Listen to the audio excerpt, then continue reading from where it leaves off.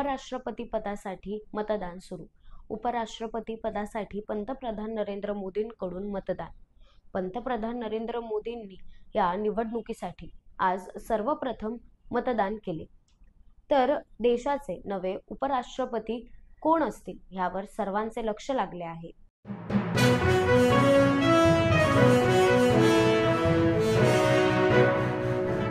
मुख्यमंत्री देवेंद्र फडणवीसांना फिनिक्स पुरस्कार प्रदान।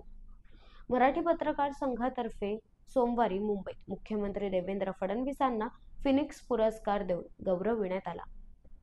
राजकारणात सकारात्मकता आणि संयम या दोनच गोष्टी मला इथपर्यंत घेऊन आल्या। पुरस्कारादरम्यान मुख्यमंत्री देवेंद्र फडणवीसांचं वक्तव्य।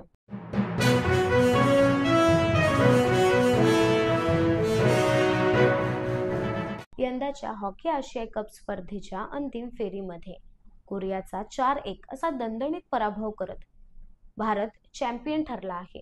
भारताने चौथ्यांदा आशियाई कपमध्ये आपली मोहोर उमटवली असून या स्पर्धेत सर्वाधिक टायटल जिंकण्याचा पराक्रम सुद्धा केला आहे। अंतिम फेरीत दिलप्रीत सिंगचे 2 आणि अमित रोहिदास व सुखजीत सिंगचे प्रत्येकी 1 गोलच्या जोरावर भारताने कोरियाला पराभूत केला। कॅप्टन सरपंच साहब हरमनप्रीत सिंगच्या नेतृत्वात भारताने आम्हीच आशियाई कप किंग आहोत हे पुन्हा एकदा दाखवून दिलं। विशेष म्हणजे या विजयासोबतच भारत 2026 हॉकी वर्ल्ड कप साठी क्वालिफाय झाले आहेत।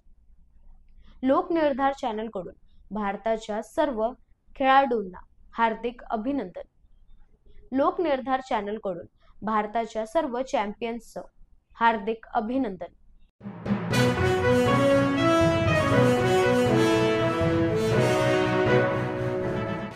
डोंबिवलीतील समर्थ कॉम्प्लेक्स इमारतीच्या महिलांनी आक्रमक पवित्रा घेतला आहे।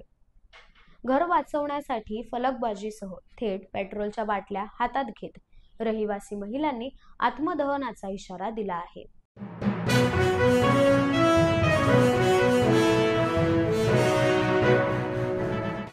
संजय राऊत हे गिधाड प्रवृत्तीचे।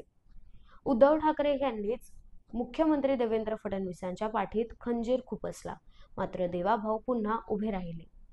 नवनाथ बन यांचं संजय राऊतांना प्रत्युत्तर।